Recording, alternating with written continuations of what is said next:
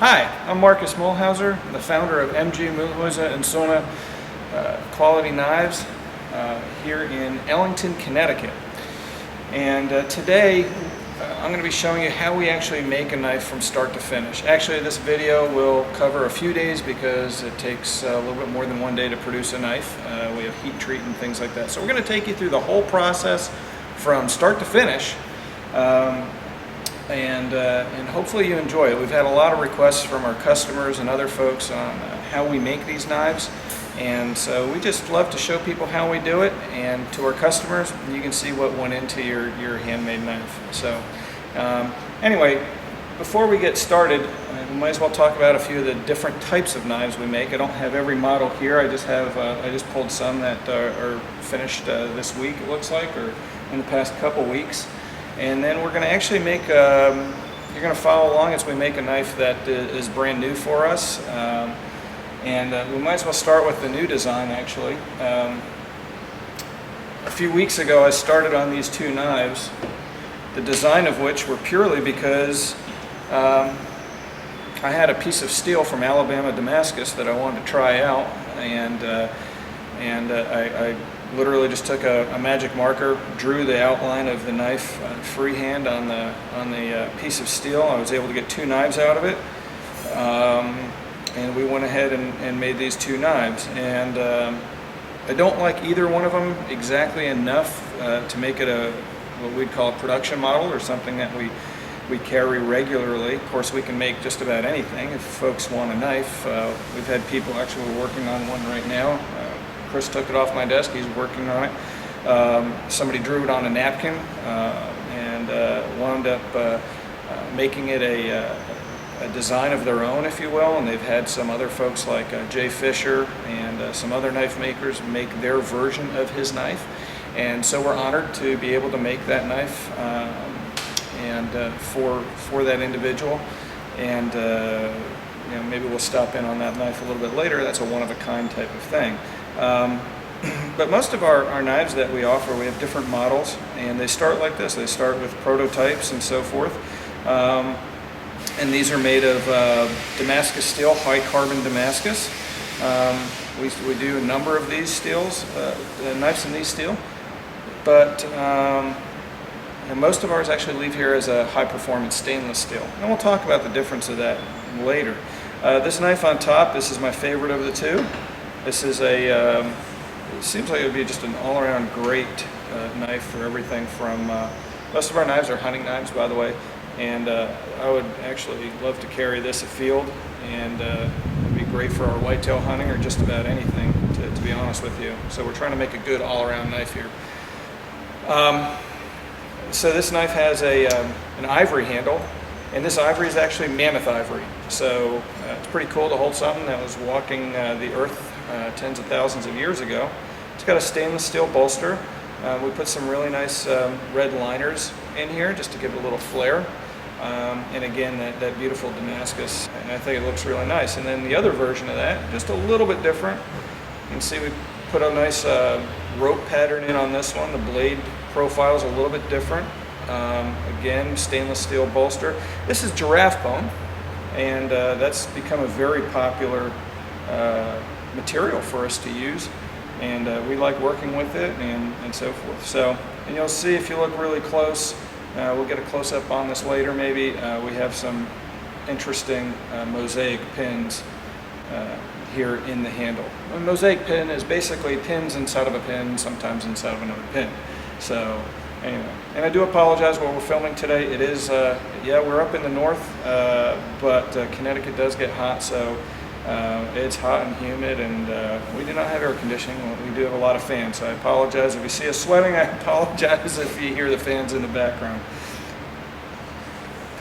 All right, so one of our other newer models actually become real popular.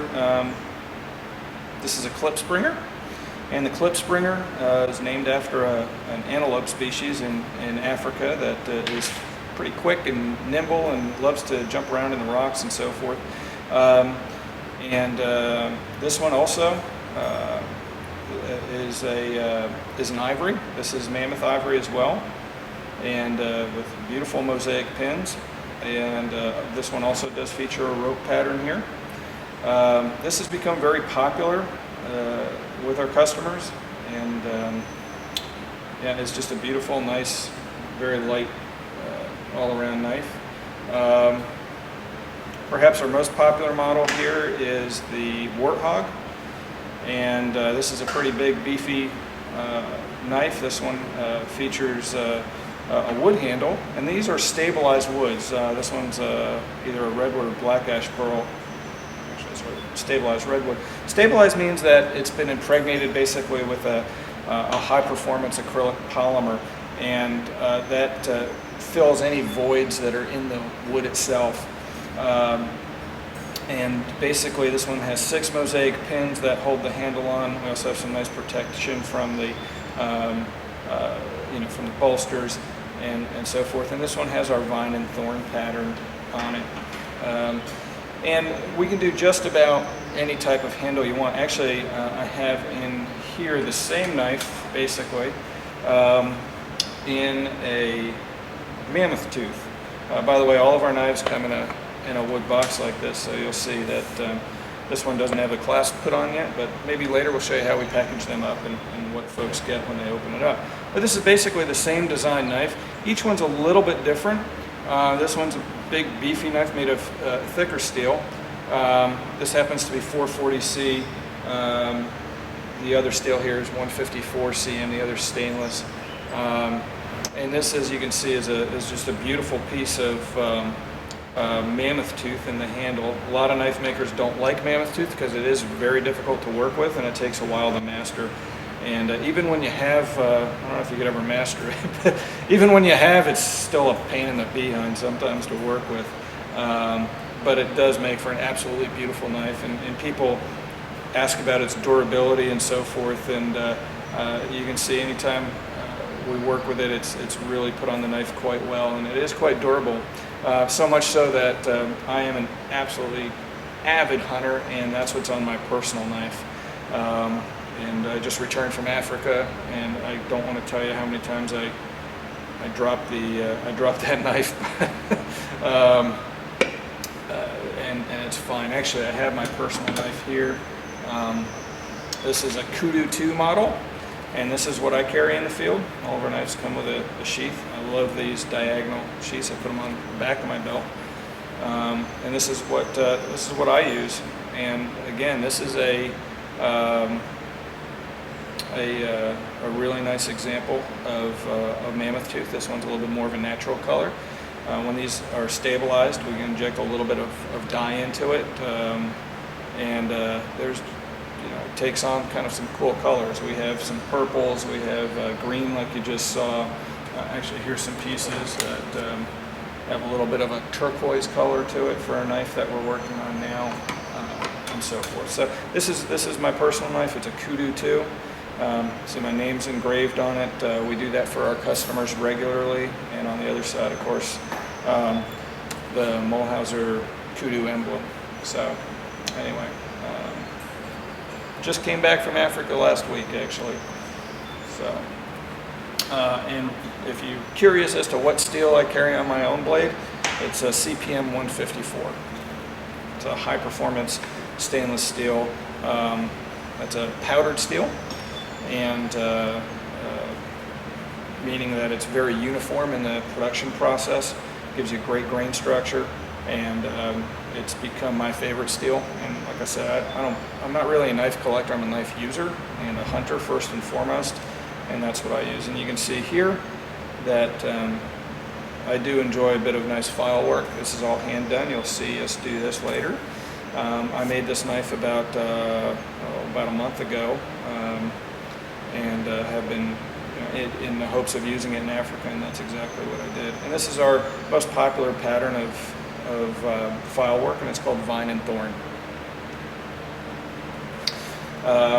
Another Kudu, this is the same knife. Of course, all of them are a little bit unique, but this is the same knife. Instead, we have brass bolsters on this one, and a giraffe bone handle material. So giraffe bone, again, is beautiful. It's very, very durable. And it's got a much better price point than Mammoth Tooth. Mammoth Tooth, you know, just has a little bit different personality to it, but it does add quite a bit of expense to the knife. It costs us more to purchase, and it takes us a lot longer to work. And then the full-size model of this knife, this is a Kudu 2. The larger model is called the Kudu, and here's one of those. This one is being shipped out today. And this is actually a very unique, this is our Aztec pattern, it's very unique. And then the handle's also unique. This is actually a piece of stabilized brain coral. It's a fossil coral, so it's not like we're out there trying to you know, hurt the environment or anything like that. This is fossil coral, and again, when we stabilize this, we can do that in a number of different colors. This is more of a natural with just a little bit of black in it, with some red liners to accent it. A beautiful knife, and like I said, it'll be shipped out today or latest tomorrow. It's all sharp and ready to go, and can't wait back to hear from the new owner and see how happy they are with it. Actually, here's a set of coral, by the way, that my daughter picked the other day, so she wants me to make her a knife in pink, so that's cool. Anyway, so there you have it. These all start as a template. So let's talk about that. Once we have a knife design we really like, we keep a template around so we can make more of them. Usually we'll make a few at a time. And this, for example, is our clip springer template. So if you look at this knife, it started off basically with that template. Again, they're not always exact because these are handmade knives, but that gives us a pretty good idea of where we're going. In this case, we don't have a template yet, so we're going to make one. The first time we do one, I just use any kind of piece of thin paper, or thick paper, or thin cardboard that I can, and I'm just going to cut this out. You got to be careful because every time you trace a knife, it becomes bigger and bigger. So in this case, I'm actually cutting on the inside of the line. If I don't get it exact, that's still okay because I have plenty of time to mess around with it on the grinder.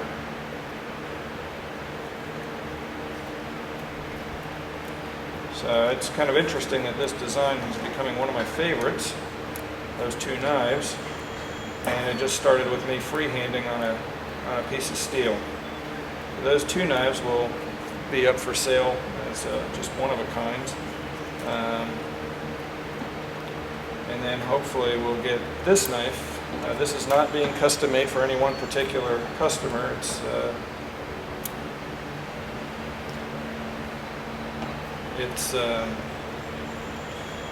just being made on speculation as a new model.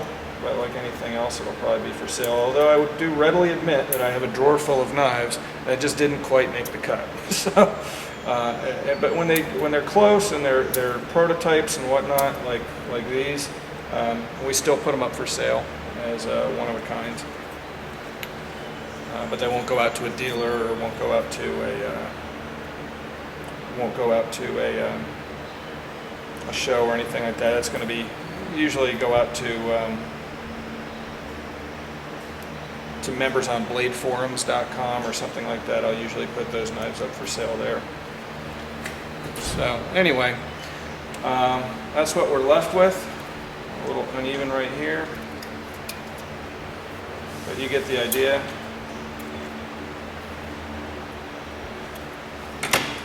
And that, as you can tell, is kind of a cross between this knife and this knife. I thought this was just a hair too small here, and this is maybe a little too pointy, I don't know. Didn't like this shape exactly, I like this shape a little bit more. So anyway, now we're going to go ahead and put this on a piece of steel, start making our knife. So let's take a walk over, you get a little bit of a shop tour here. You saw kind of, actually, some of our workbenches here. We've got 4 workbenches. Usually have 2 or 3 people working at any given time. heat treating and such we do over here. I'm going to take you into one of our storage rooms where we keep a lot of our steels and so forth. We're waiting for a shipment of steel right now. The steel we're going to use on this particular knife is CPM 154. Like I said earlier, it's my favorite steel. Comes in 6-foot lengths. We get ours from the mill, and it's made in New York State, and it's powdered steel. But we have a lot of different options when people ask. First and foremost, our two favorite steels, if you will, are 440C, which is a good old standby. You know, it looks exactly the same at this point. We have 154. We also carry a whole bunch of other steels at any given time.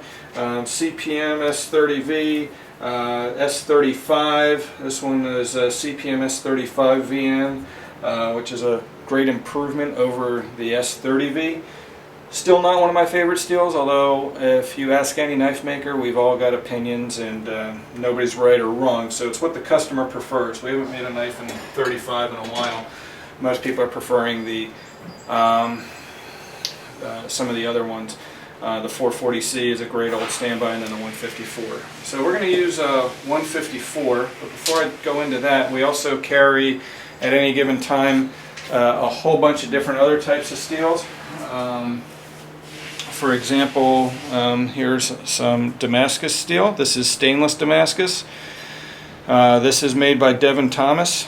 And yes, I paid about $200 for this piece of steel. It's a raindrop. So if you really want an expensive knife, by all means, don't hesitate. We carry, we've got some over here, we got some over there, but we carry stainless Damascus by Devin Thomas, Rob Thomas, Chad Nichols, and some other fine makers, and these are some really cool patterns that you can get.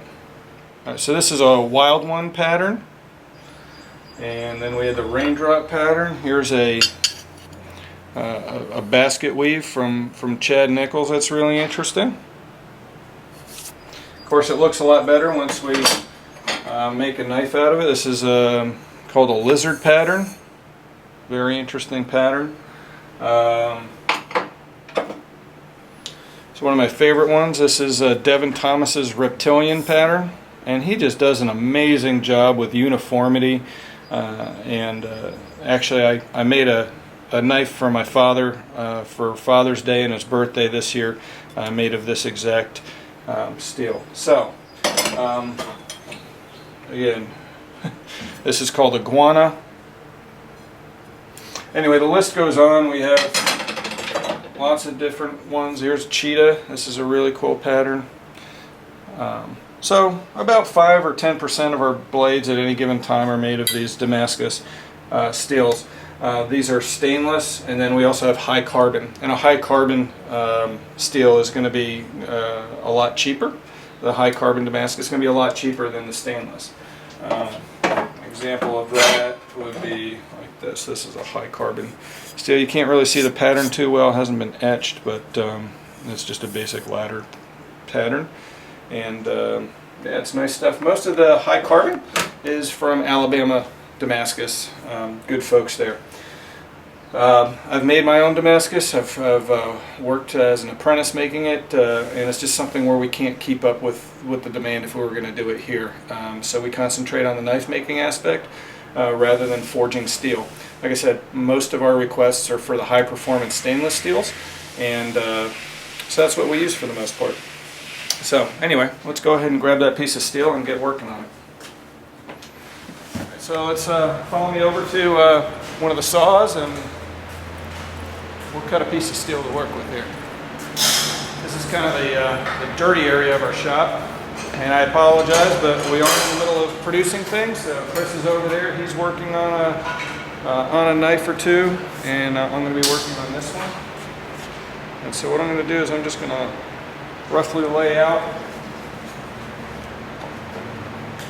the knife.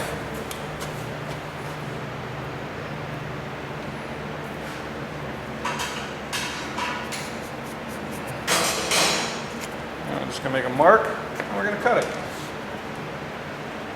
So So we're just going to clamp this piece in.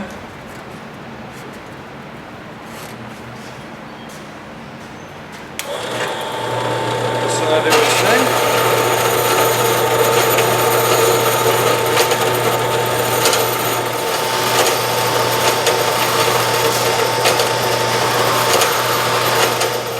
So while this saw is cutting the piece of steel, it's important to know that when it's in these lengths and when it comes from the mill, it's actually annealed, so it's a soft steel. We're going to harden it later, and we'll talk about that a bit later. But in order to work it and cut it and file it and so forth, it is in what we call the annealed state or soft state. And that's why we can cut it so easily with this saw. It's so cool. All right, so now the next thing we're going to do is we're going to put some dye on this.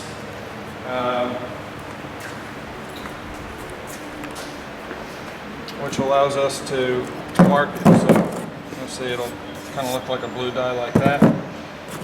If I was smart, I would have actually just grabbed one of these pieces of steel over here that actually I'd probably been stealing from Chris. I don't know if he's got a project going or if I left that before I went on safari. But anyway, we're going to take it and swab it or spray it with some blue dye and let it dry for a minute. Next, what we're going to do is we're going to place this on here, and normally what we would do here is clamp the metal template down onto it. In this case we just have a paper template, so we go over to Chris's tray and steal one of our nice little instruments. If you go onto our website, mgmknives.com, you can see how the knives are made there, and you'll see that we normally would clamp the metal piece down, but I'm just going to freehand it. So all I'm doing is etching an outline on here. The blue does nothing more than let me see the line better and lets me grind to it a little bit easier. So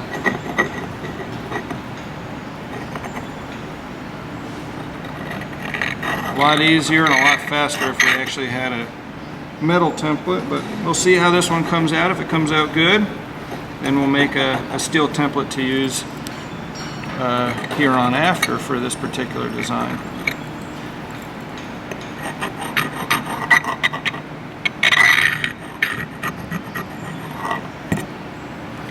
So there we go.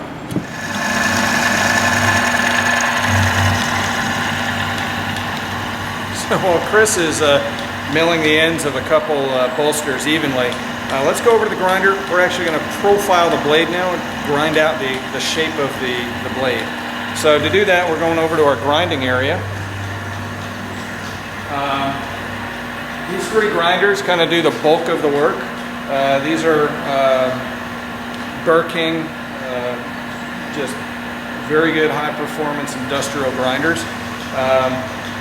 I've used a bunch of different grinders, and I don't work for Burking, but I will tell you that they run constantly here, and we really do love them. We haven't, knock on wood, we haven't had any problems with them.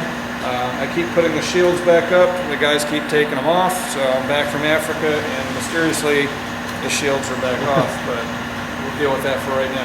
And you notice we have them set up a few different ways. This is just to make things go faster for us. Sometimes we have multiple people working on the grinders. This is just a basic flat platen grinder.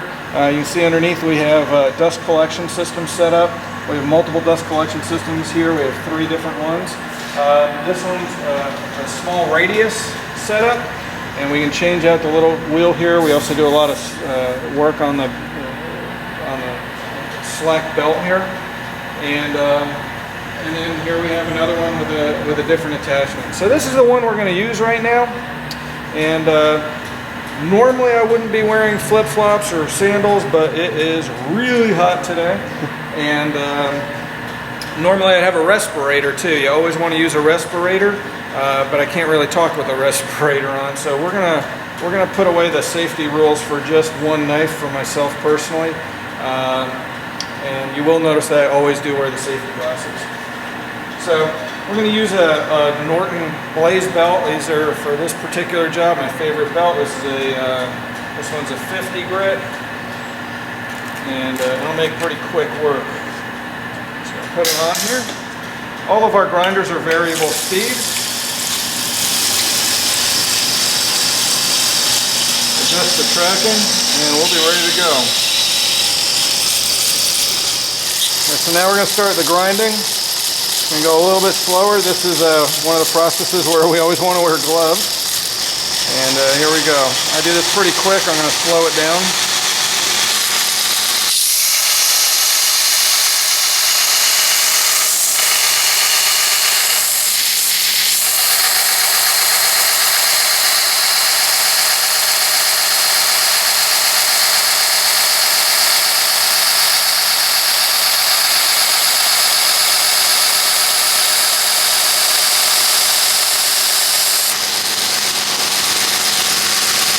See, I keep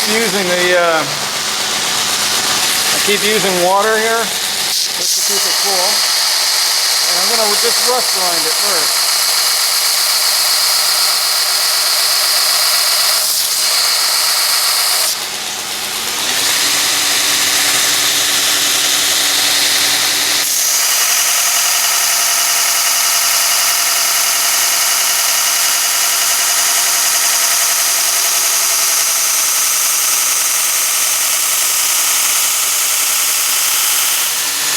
Ooh, that's hot.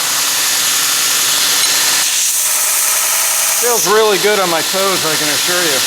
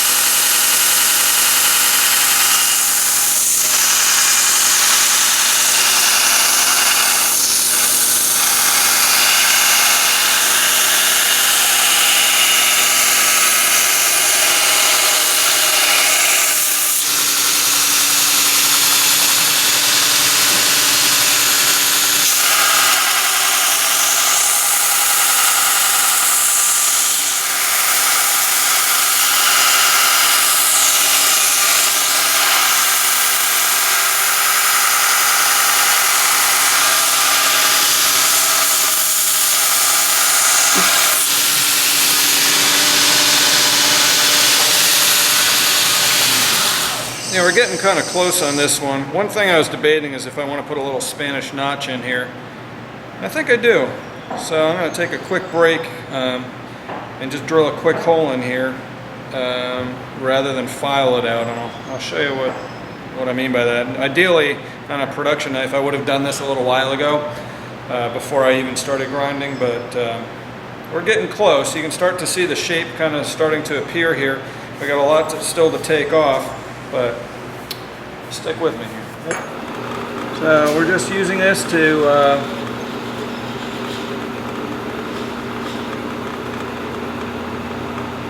make a nice decorative Spanish notch. Also makes sharpening a little easier, but I like to make a little decorative touch here. So I'm just going to start by using a drill. Okay, so we're getting close to the kind of our final shape.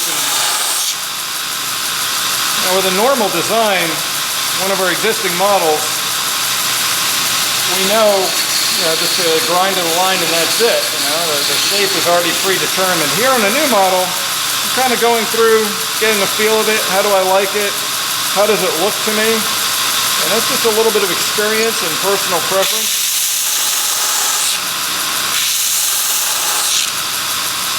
And we're almost there, just a little bit of inside radius grinding here to smooth it out.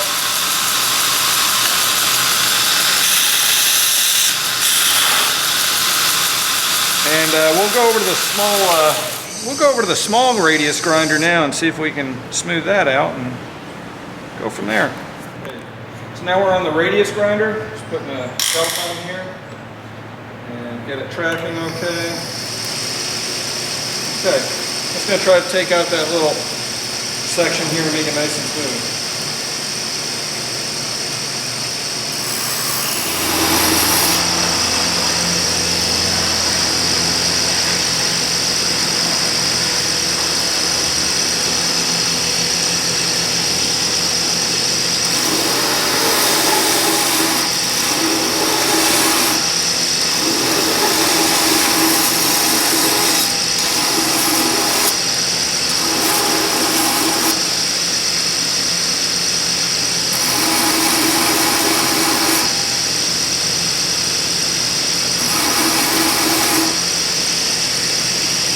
lot of it here is just about the feel. This is not meant to be a big blade. It must be a nice, comfortable, very easy and quick in the hand type of knife, and I think that's where we're getting. I think we're pretty close here. What we're going to do now is just use a finer grit here. We don't care so much about a fine grit anywhere else, and the reason is that later on, when the handle gets put on and whatnot, it's going to ground down anyway. My only question right now is, do I like this concave or convex? Right now it's convex, or do I make that concave? And I'll think about that here for a minute while I work over here. So right now I'm switching to a lighter grit belt. It's the 320. The reason I'm using a 320 is very scientific. It happened to be laying over there, and it was the first one I grabbed. I don't need much. I'm just going to smooth it out here.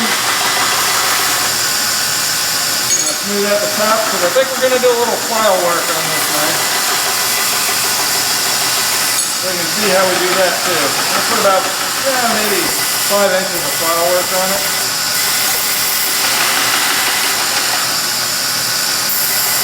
Okay, so we actually took a little break for lunch. We're back, and hopefully not going into a food coma.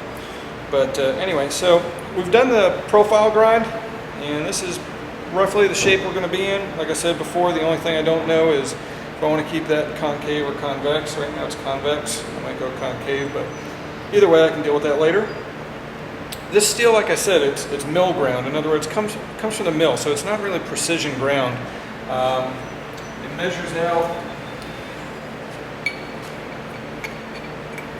at oversized. This is a 5/32 piece.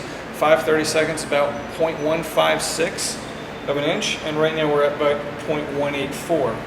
So I don't go down to 5/32. I like to leave my knives a little bit beefy. Some of our knives are 0.17, and then the 3/16 knives will leave right around 0.19 or so. So we're going to take a few thousandths off of each side. You can see there's a lot of this rough stuff from the mill. So we're going to take off a bunch from both sides, get it nice and even, nice and smooth, and we can keep going. To use that, we're going to use a surface grinder. This is a Brown & Sharp surface grinder. It's a 618 hydraulic Micromaster, and so 2-axis or hydraulic, and you'll see how it works here in a second. A lot of guys are don't have a machine like that. That's fine. We didn't for a while. You can use your belt sander if you're very careful, or not belt sander, but your knife grinder. This just makes life nice and easy. Some guys convert these over to a belt, and that works well too, especially if you don't have the hydraulic feature. But since we have a pretty elaborate machine here, it does quite well just the way it is. This falls under the category of they don't make them like this anymore. So this one was built in 1970, completely rebuilt for us, and it's a great machine. So put on the magnetic chuck. We're going to fire it up.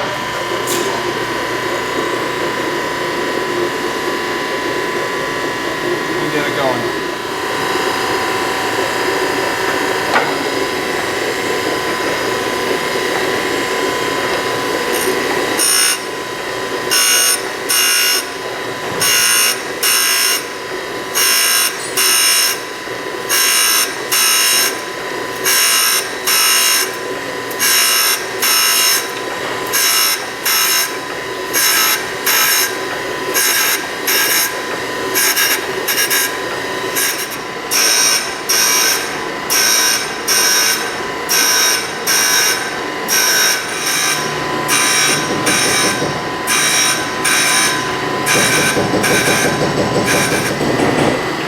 Okay, so now that we've got this side done, we're just going to unlock the magnet here,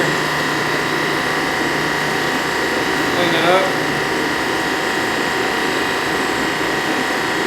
and you see it looks quite nice. And we're going to flip it over and take about 6,000, 7,000 off the other side as well.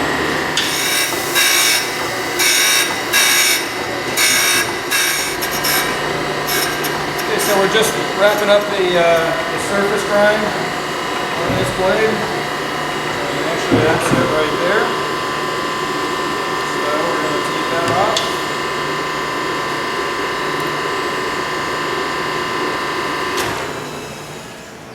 Okay, and so I'm just going to dry it off real quick.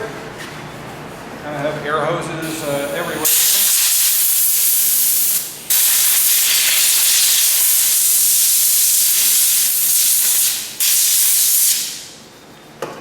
So a lot of people ask, you know, do we heat treat it now or before? And there's two schools of thought. Some people like to do their grinding after the heat treat. The problem is you can ruin your temper doing that, and we'll talk about tempering a bit later during heat treat. But basically, we prefer to grind twice. It's a little bit more work. It's actually a lot more work. But the first time we grind the blade, what I'm really trying to do is just get a rough grind on it, get most of the shape ground in, and then later we'll grind it again after heat treat to get any scale or discoloration off, get a little bit closer to the tolerances that we want, and so forth. And the reason we do that, and there's a lot of good knife makers that don't agree with me, and I appreciate that. Many of them are much more experienced than I am.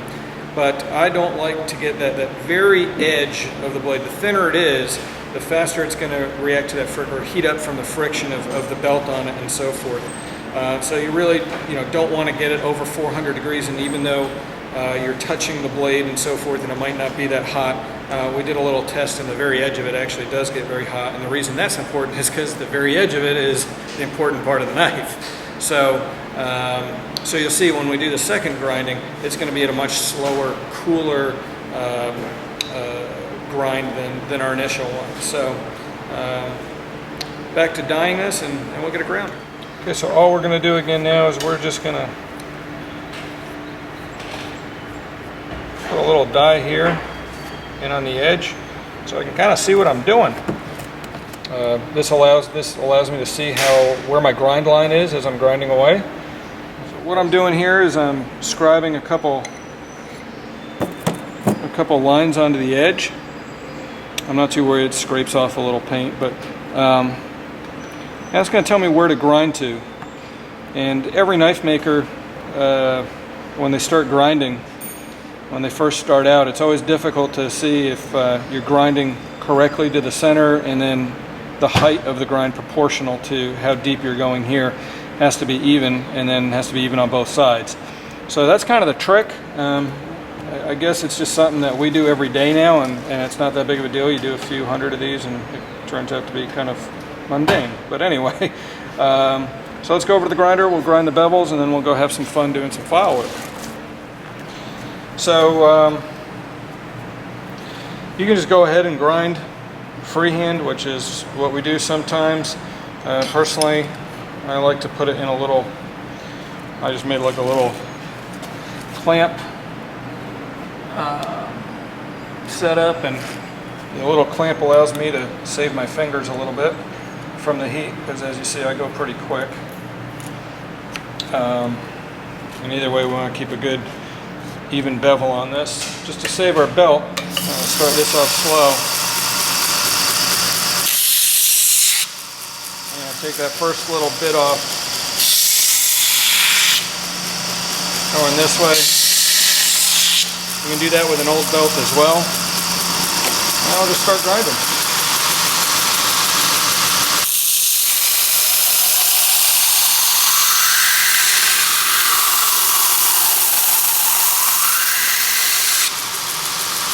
And you see what we're doing here is we're trying to get it nice and even along the way. That'll get a little messed up, and you just have to know how to correct it as you go. But I tend to use flat grinds. I can do either. I've just become a big fan of the flat grind.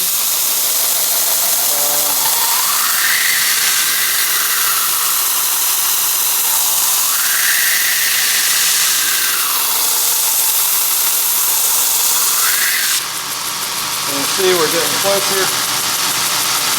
I could be a little higher on this end, so I'll fix that.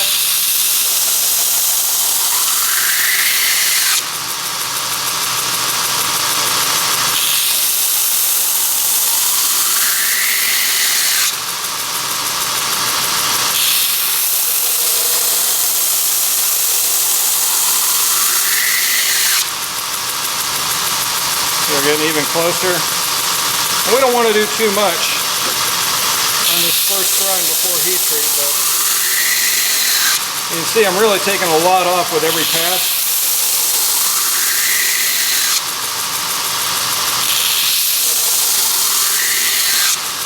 And if we did that after heat treat, as you can tell, it's really smoking or steaming quite a bit.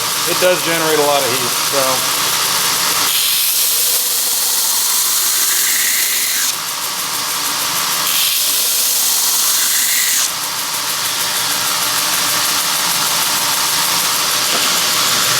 go over to the other side. So now we got that side done. I'm going to swap to the other side. So I'm going slower. I'm only running this at about 50% speed. Normally I'd run this closer to 90%.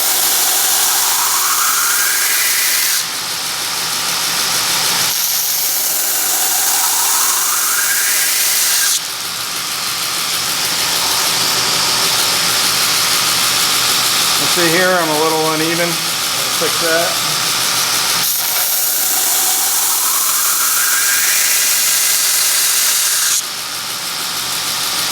So we're getting more even. Sometimes I leave the tip a little bit thicker. And one thing I'm looking at here is if I'm getting the ricasso or the grind or the plunge line, whatever you want to call it, that it's nice and even here. It's another one of those things that comes with experience. You don't want one side higher than the other. And sometimes on our knives you'll see that I blend this little area here in. Just depends on how you like your grind lines and what mood I'm in that day.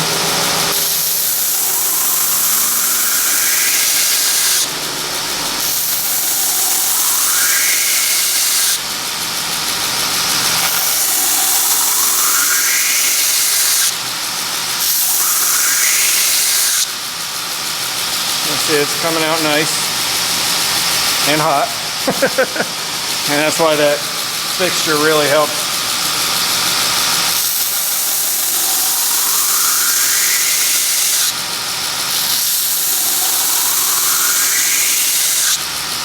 A lot of people always want to know what the shortcut is to learning how to grind a blade. And the shortcut is there really is no shortcut. You just grind a ton of them and miraculously you get better. I think when I started I bought about every little contraption out there, bubble jigs and whatever else, to try to do it faster, and the only substitute for experience was there is no substitute for experience. I'm getting pretty close. I'm right about at that line on both sides. What I'm going to try to do is note where it ends on this side and it ends at exactly the same spot on the other side. So that's pretty darn close to where I want to be before heat treat. I'm just going to take it down to a finer belt really quick, and we'll take it down to a finer belt just so there's less to do after heat treat. I'm only going to take it down to about a 120 grit.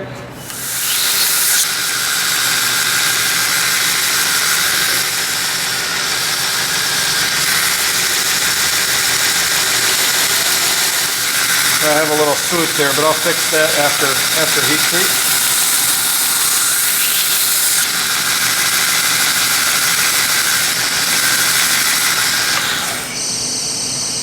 And there we go.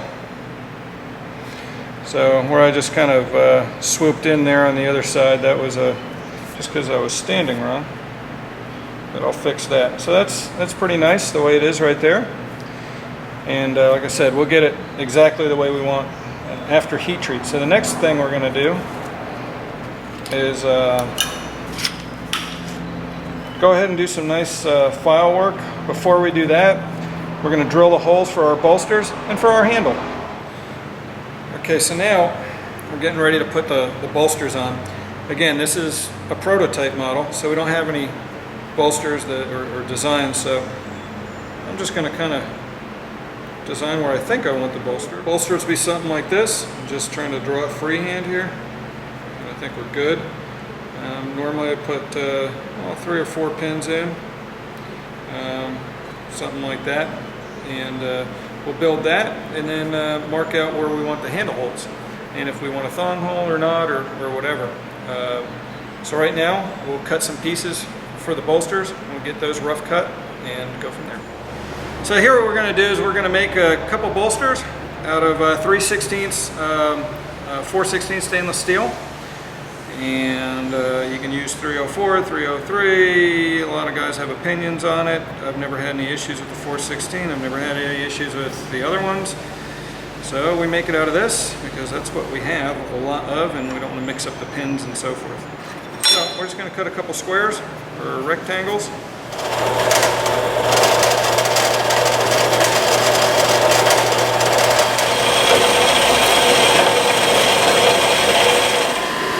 Now we're just back with the surface grinder. We're just going to grind these off nice and smooth real quick so they fit perfectly flush up against the blade.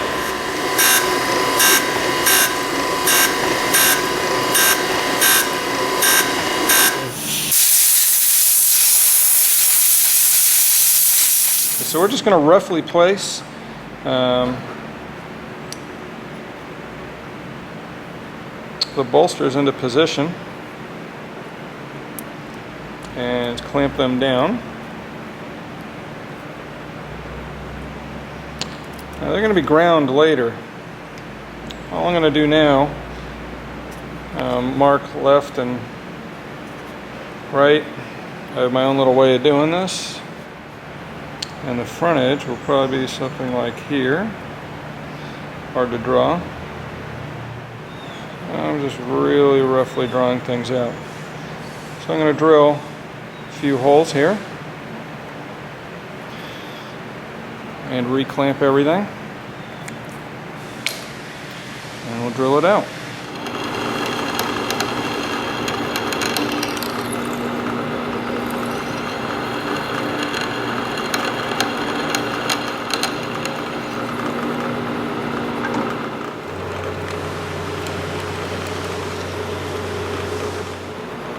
Most of our big knives we'll do 4 holes. We're doing 3 holes on this one. This is kind of a small bolster. Okay, this one's almost done, so the next thing we want to do is just mark where we want the handle holes. We'll be ready to rock and roll. And now I'm just going to mark the holes for the handle.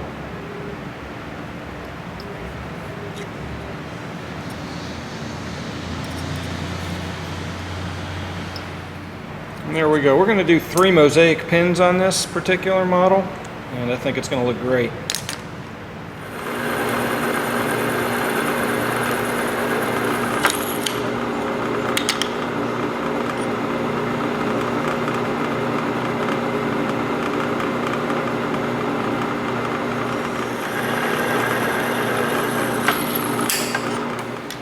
So now we only have one more thing to drill, changing out to a 1/4 inch drill bit or so. And the knife is perfectly fine the way it is here, perfectly functional. What I'm going to do though is just for balance purposes, I'm going to take a little bit of weight out of the back end of this just by drilling some holes. It's not going to hurt it structurally at all, and will help balance it. Now, we can also do a taper tang. It's not a really big secret how we do taper tangs here. We just use a couple shins in our surface grinder. But it seems our customers really like that beefy look of our blades, and so we leave the width of the blade intact, and if we need to, we just drill some balance holes to take some of the steel out. So that's what we're going to do, and then we'll be off to file work.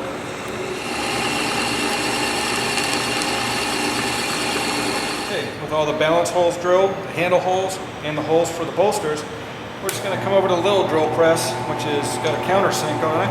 We're just going to very lightly countersink some of the holes. Helps with weight, and also helps make sure the pins go through nice and smooth. And allows any kind of epoxy to get a little bit of a better grip on the pin too. Ready for file work. You know, file work is something that really separates handmade knives from some of the commercial knives, and it's going to be a really nice addition, really nice personal touch. We're going to scribe a pretty decent center line here on both sides.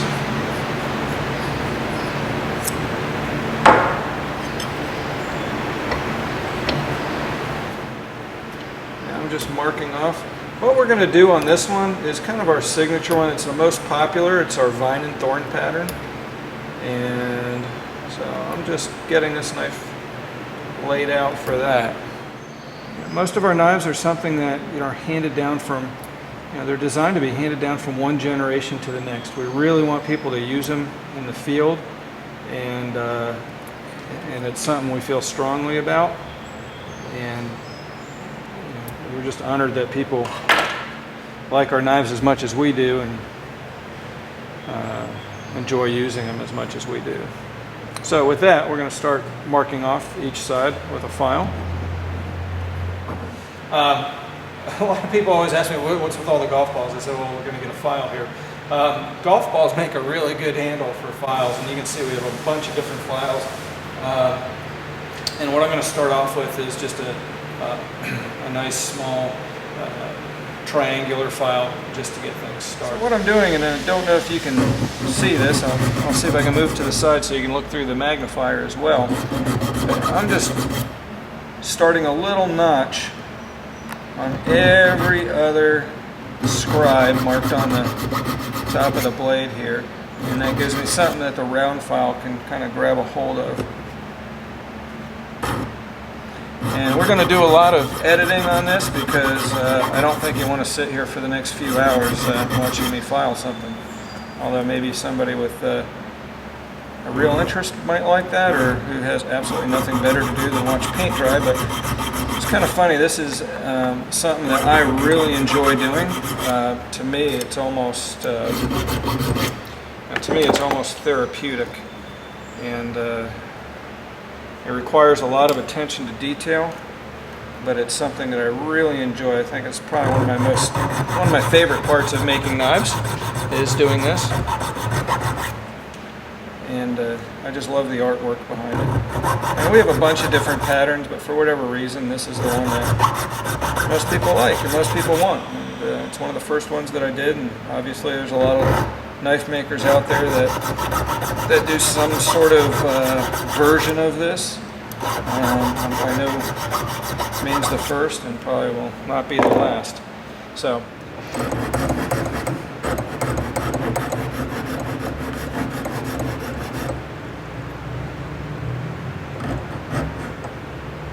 now we're going to switch over to a round file and go from there. We're going to try to start like a serpentine pattern in the blade.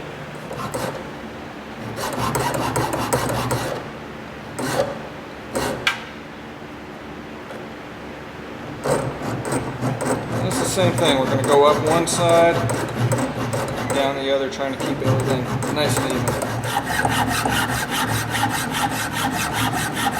Okay, so I've done one side here with the round file. I'm now going down the other side. One thing that's important to me, and I'll show you this a little bit, is not just how it looks from the top, but also how it looks from the sides. Now, we tend to go pretty deep on the sides on ours, mostly just because it just looks pretty wild. It takes a little bit more time to do it that way, but I think the end result is really nice, and our customers tend to like it as well.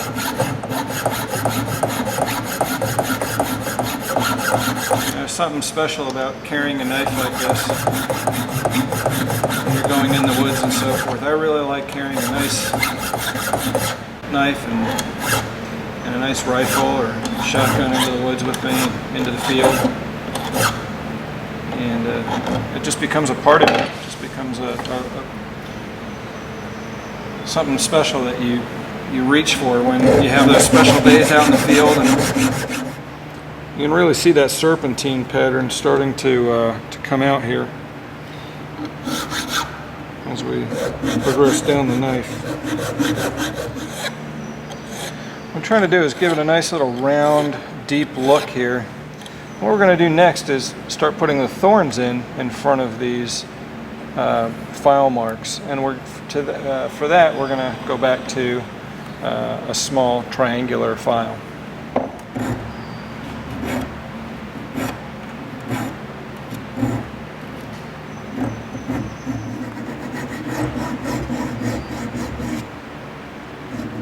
Just trying to get everything nice and smooth in here.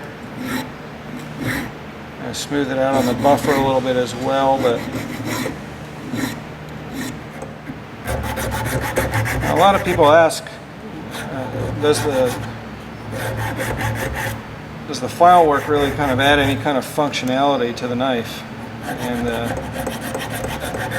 for the most part, the answer to that is no. It's more of a decorative thing, but from a functionality standpoint, there is one little thing that it does, in that especially when you're field dressing an animal or something like that, you wind up with a little more grip for your thumb. And sometimes when we don't do file work, we'll actually put in a little bit of thumb grooves or something like that, just a little straight file work, so that the knife isn't quite as slippery and provides more of a secure grip. And I will say that this type of pattern really does add a little bit to the ability for you to grasp the knife and have it not slip around in your hands. So it does have a little bit of a function, but really it's an ornamental thing that makes the knife unique and sets it apart and just makes it that much more special. People always want to know, other knife makers. We've had somebody apprentice with me, and what's the secret and what are the measurements? And those are things you really kind of have to learn for yourself and come up with your own style a little bit. And, I kind of have a rough idea as exactly how far apart I want these and how deep I want them based upon the thickness of the steel. And that's just my style. It's just the style of our knives. And the only other person here that does file work for the most part is Chris, and we both have our, even though we make the same brand and leave the same shop, if you will, you can tell the difference. It's not one right or wrong. A lot of times he has his own little flair, and but they're both beautiful. So we're switching files to the last file. It's just a very small flat file, and we're going to basically just file down the edges as we go, and file down round out the back of each file mark to basically round out the vine, or make the vine just a little more apparent, and smooth things over to make the vine kind of flow.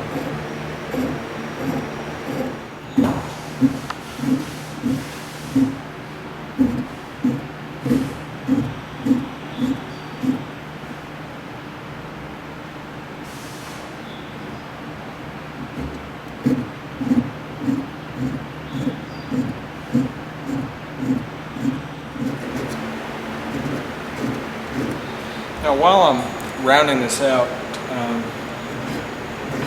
it'd be worth mentioning, a lot of people buy our knives as gifts, and I really think it's, obviously I'm promoting what we make, but it really is a special gift. I mean, it's something where, clearly a lot of thought goes into something like this. There's a lot of folks that, they purchase a gift for somebody, they want it to be just right, and they might live somewhere across the country, across the world, but through email and FaceTime and things like that, we can actually show them different options. They might want something that's a mammoth tooth or a coral or whatever, and we show them that individual handle material and let them pick it out and let them be part of the process, and so they become an integral part of that, of the knife making process and what goes into it. And so and we'll normally engrave the person's name on it and whatnot.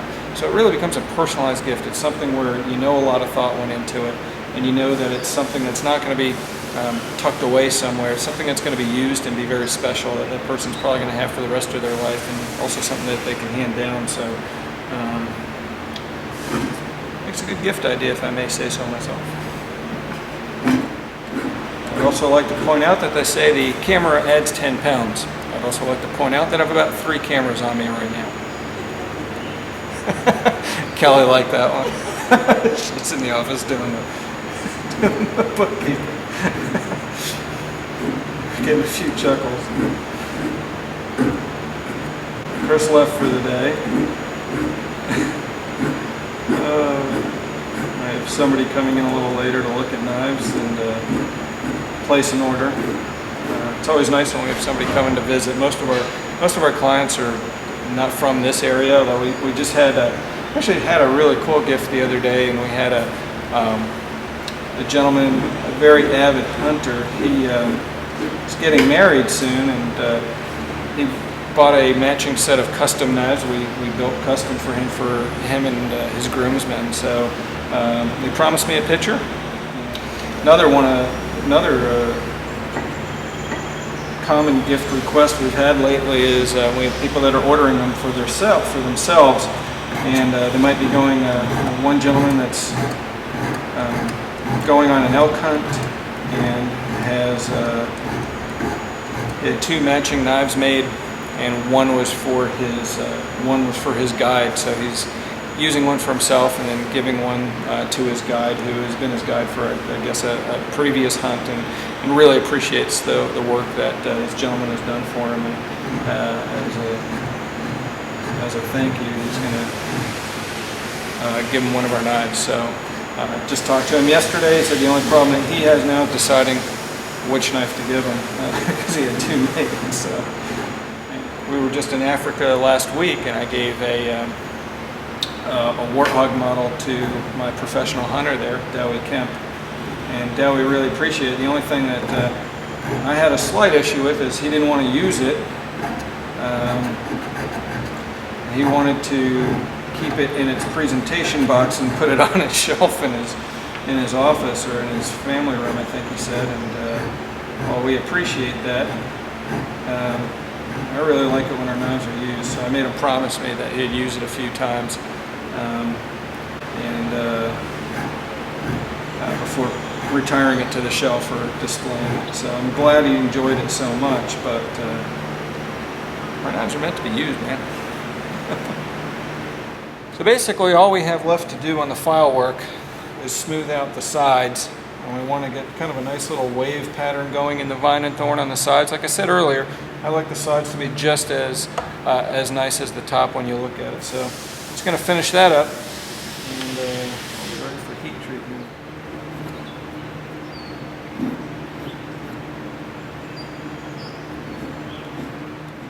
Okay, so as you can see, we're all done with the file work with our vine and thorn pattern. You can clearly see the vine going down, these little things here looking like thorns, and smoothed everything out to try to make it flow nicely. Hope some folks are actually watching this, enjoying seeing how they're made. So, okay, off to heat treat. We're over at the heat treat oven now. We do all of our own heat treat here right now, with very few exceptions. I just believe in doing our own heat treat. There's really not a science, well, there's a lot of science to it, but there's really no trick to it, put it that way. Each manufacturer of steel puts out exacting specifications as to how to heat treat their steel. And so there's really not a ton of interpretation.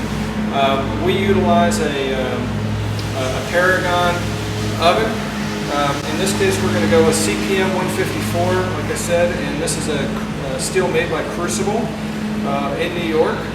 And so they've spec'd out. Basically what's going to happen is the oven's going to heat up to 1920 degrees is what we heat treat our CPM 154 at. And at that point, there's a couple stops along the way, but at that point it's going to be glowing red hot, as you'll see. It'll stay in there for about half an hour, a little over half an hour actually in this particular steel. And then we're going to do an oil quench. Sometimes we also utilize some rather thick aluminum plates. We have a series of these that we can quench with as well. But in the case of 154 and 440, we actually do an oil quench on both of them and get great results. It's not a vegetable oil or anything like that. It's a specific quench oil that we heat up. We'll get to that in a little bit here. But first what we're going to do is start the oven. And this is a computerized controlled oven, computer controlled oven. For heat treating, we utilize a steel foil, okay, and basically we make a little envelope out of that and put our knife inside of that. So I've cut off a small piece off of the roll. You always want to wear gloves when you do this because, speaking from experience, it will give you a very nasty cut. Go ahead and place the knife down in there. I have a few pieces of wood. I place the wood in there. What the wood does, well, first of all, what the foil does is prevent a lot of scaling on the steel by preventing it from interacting with oxygen. What oxygen, little oxygen there is inside of this little package we're going to make, will get burned by the wood when the wood burns long before the steel could scale. So anyway, hopefully that's a decent enough explanation. Of course, when you're doing it on video, it never turns out as good as it normally does. Okay, there you go. Nice little package with the knife in it, and into the oven it goes. And normally we do a few knives at a time. In this case, we're just doing the one custom one here. Okay, so this big pot right here holds AAA quench oil. It's the oil that we use when we're oil quenching our blades. In other words, bringing the temperature down very, very quickly from a very high temperature. In this case, almost 2,000 degrees. We're going to bring it down very, very quickly.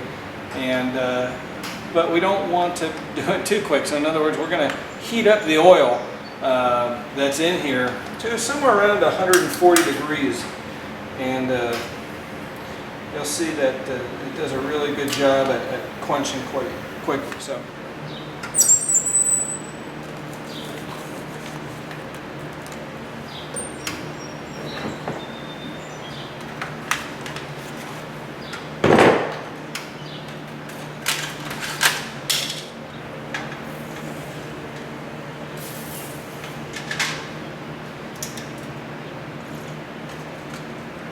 I've created a little bit of a basket here that I use just to get a nice cool oil, or warm oil past the blade at all times. And that'll cool it down even quicker and just more uniformly. You can see it's been discolored, but there's really no scale on the blade at all. And you know, it is now ready to, we're just going to clean it up a little bit here. And from here we're going to put it into liquid nitrogen and leave it in there overnight. The liquid nitrogen is going to bring the knife down to about minus 320 degrees Fahrenheit, and that will really complete the process of heat treating and basically convert the molecules from austenite to martensite.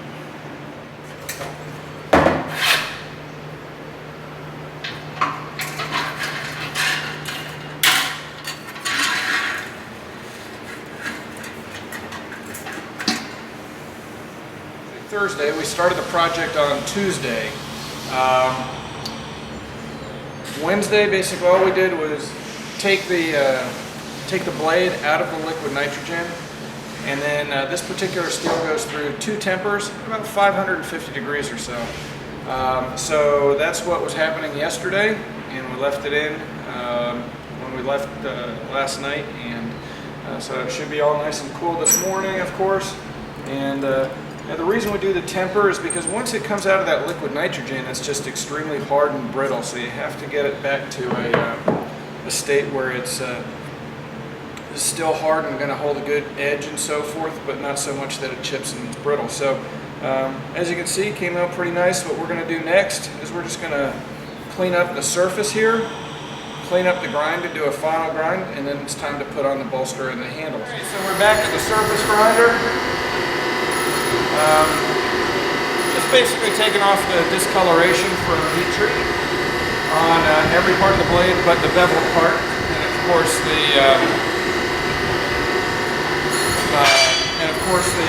file work.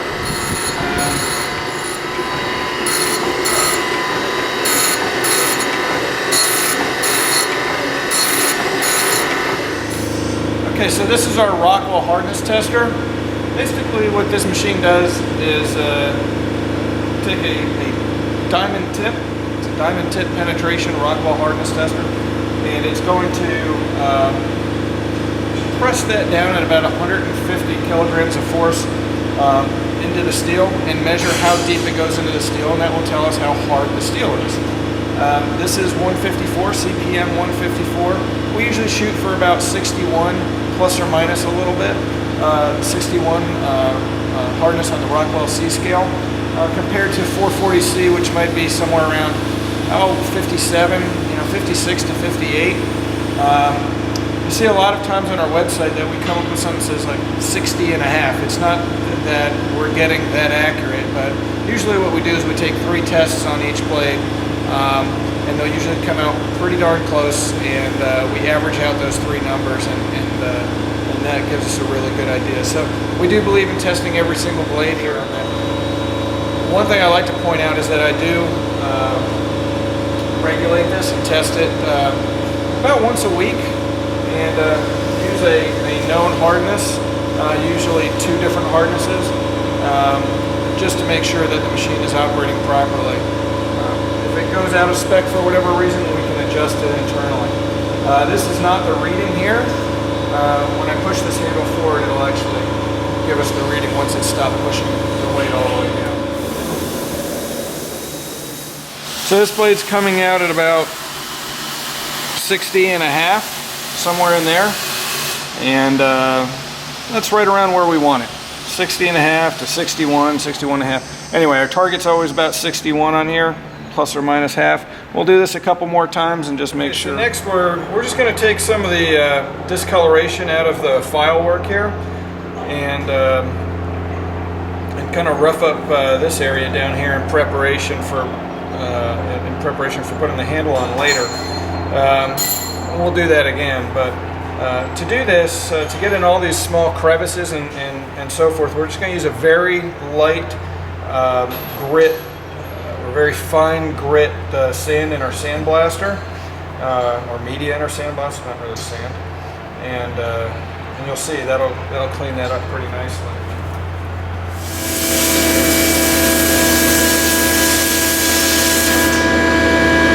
It's removed a lot of the discoloration. It's kind of a matte finish right now, and that'll become nice and shiny when we go over and polish it later on the buffing wheel. And as long as the boss approves, I think we're okay. What do you think, Teddy? Boss approves. If you've seen our website, you know this is Teddy, and Teddy's our shop owner. Right, Teddy?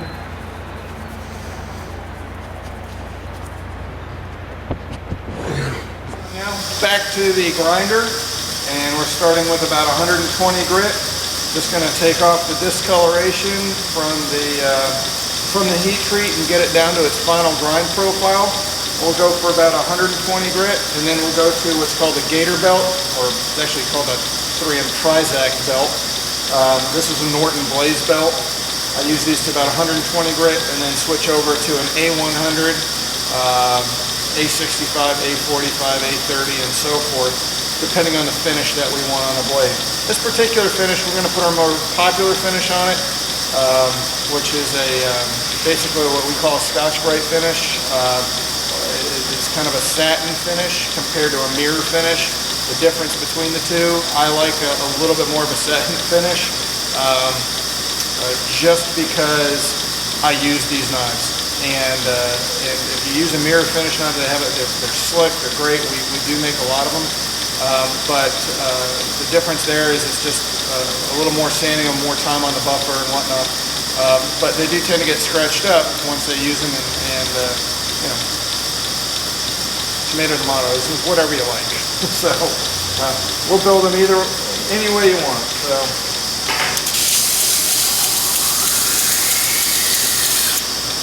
You'll notice that when I'm doing this, I'm not wearing the thick gloves anymore. I'm going a lot slower. And the reason I'm doing that is I do not want to ruin the temper. I don't want to heat up this very edge of the blade. And so that means we keep it cool constantly, and we grind slow and steady.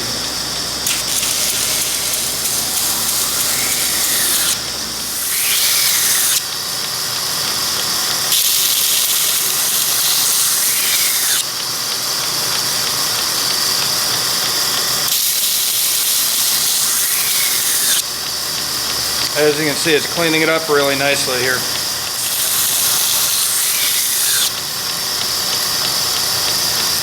And it's perfectly cool to the touch.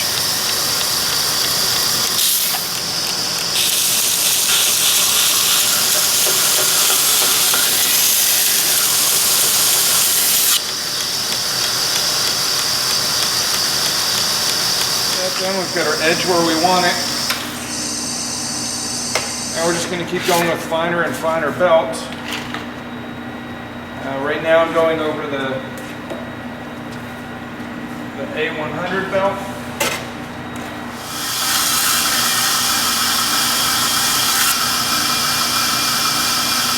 That's a nice satin finish there. I really like these belts a lot.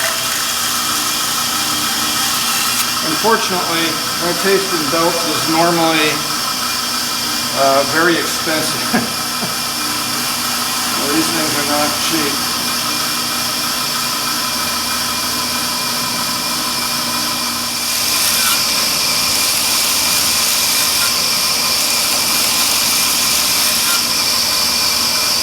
Kind of all in how you follow the curve of the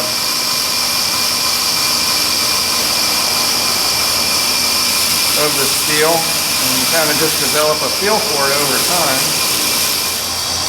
So I'm only running about 20% speed, as if you recall, before heat treat, I was really cooking. I was up here at about 100%, so 90% or so. So we're just going nice and slow. Right now we're on a A65 belt, just getting finer and finer as we go. I'm just testing to make sure that I've got the blade edge nice and even as I go.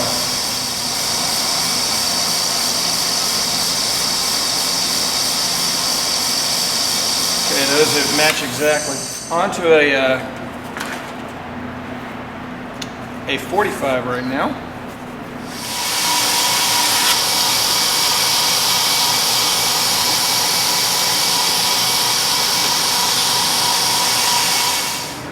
Beautiful day, so we have the doors open. Shop dog's happy. Follows me around wherever we go. He's a good boy.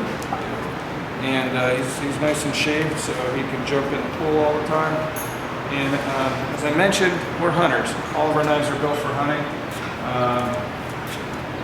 Door open, you can see my truck, my license plate. I'm a die-hard bow hunter. And you can also get one of these cool looking stickers. Our logo's kind of gone viral, and all of our knives, we'll show you how we package up our knives, but all of our knives come with a sticker that come with a smaller version of that by popular demand, and so forth. So anyway, let's keep working on that knife. This is probably going to be the final belt that I use on this particular knife, and then time to go over to that buffer. The buffer is actually kind of the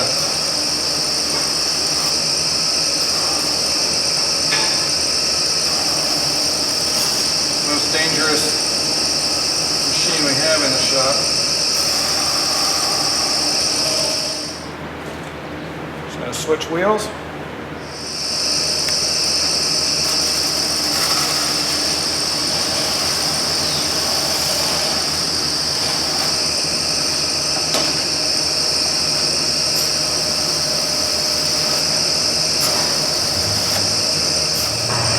though we're going to put a satin finish on it, I like to get it quite smooth beforehand. And I'm almost done with this white rouge. Constantly making sure it's not too hot here. From the white, we'll go to a green.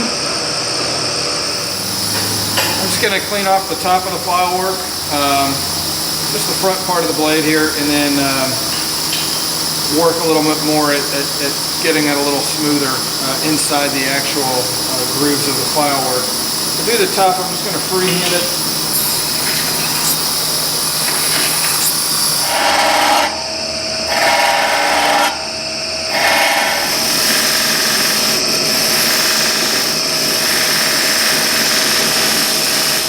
Okay, now I'm going to put one of our Scotch-Brite belts on here.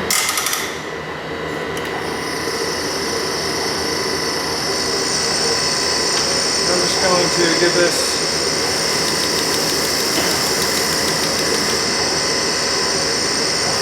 a nice satin finish.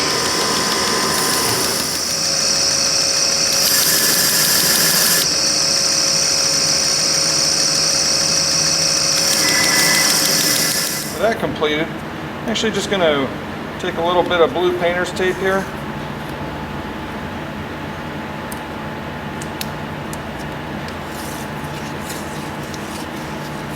Protect our blade. Now it's time to put on those bolsters. These are the bolsters that we created the other day, one for each side. Now we're going to shape them, grind them, and put them onto the knife. So you can see they've got the holes already drilled in them, matching holes in the blade steel, and they'll look something like that. We're going to curve them and make them look all pretty and nice.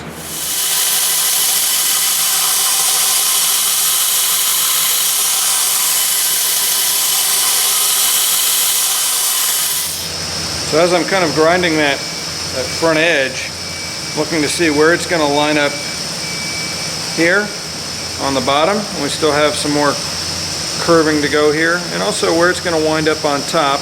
And kind of want it to line up just opposite of that thorn right there, which you probably can't see, but you get the idea. So we'll just keep grinding away.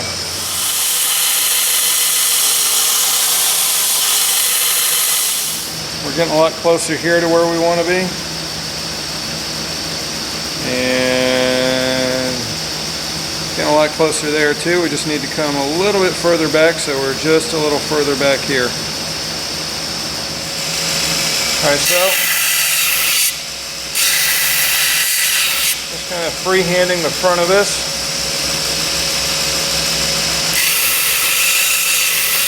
Trying to get it exactly where I want.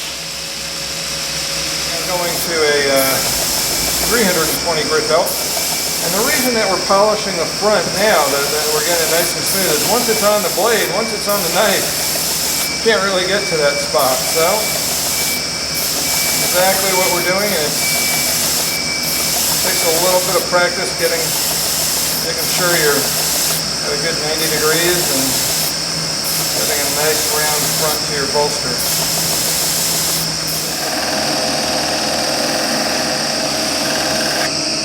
Okay, now we're just on to the last buff, a nice soft cloth. Just getting it really nice and shiny. A mirror polish here on the front of the bolster. Good to go. Okay, so now we're just going to take these apart, and it's important from the outside that we taper this. What I'm doing is I'm taper reaming the holes.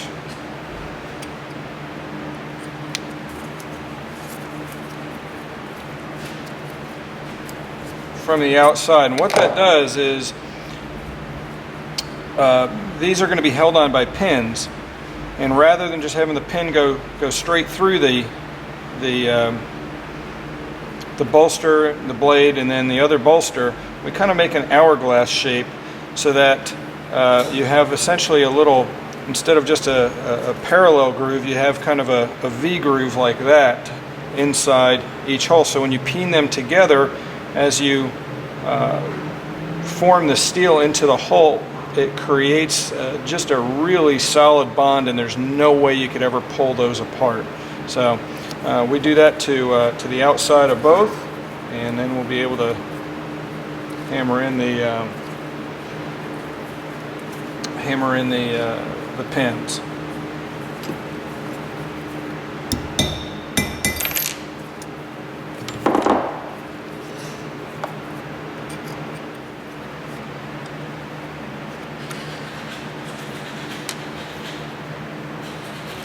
And this is kind of the fun part of knife making here. We get to get our aggressions out by beating the heck out of a piece of metal. And basically what we're doing is we're just compressing all of this steel into the voids in the hole. We're kind of making three pieces of steel come together as one. And well, actually six if you think about it, if you include the pins. But those pins are now expanding into that little V, or that pocket that we created when we reamed it, and it's pulling it all nice and tight, as you can see, right up against the steel, against the blade. And the only way to get that apart now would be to drill it out and ream it out. So just keep doing that, and then you'll see when we grind this, you won't actually see those pins anymore at all.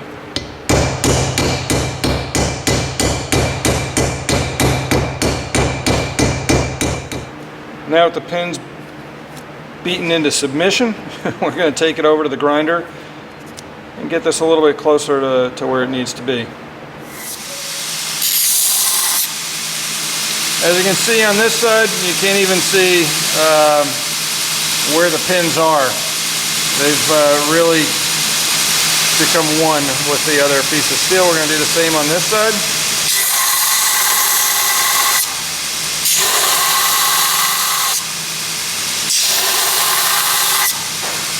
And again, the pins are gone. Now we're just going to grind the rest of this down closer to the profile of the blade.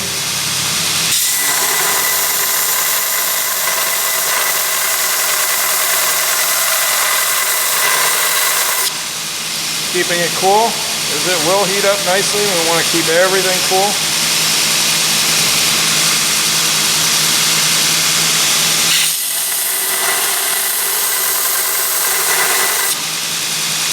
And I'm not getting too close.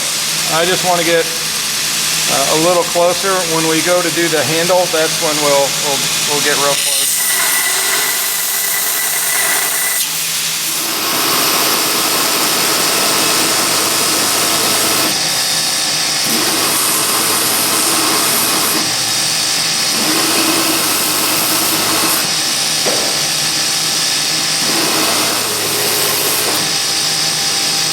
Okay, here you can see we're ground down. All the three pieces have come together nicely.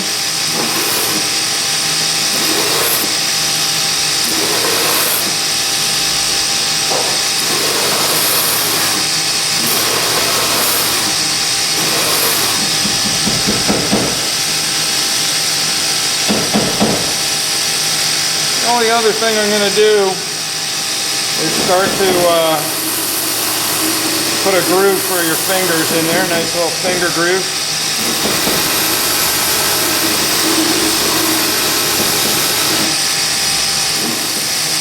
It's important that these knives really don't just look good, I want them to feel good in the hand too.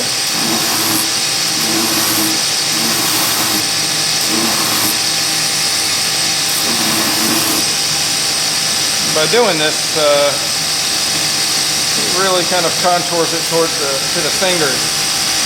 One last thing I'm going to do is just shape the bolster a little bit in the front. And you got to be really careful when you're doing this. You don't touch the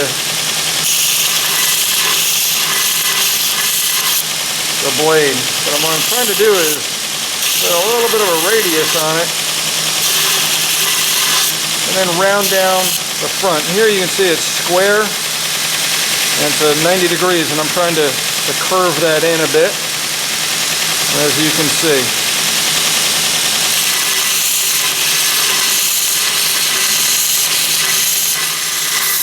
Again, this is just a rough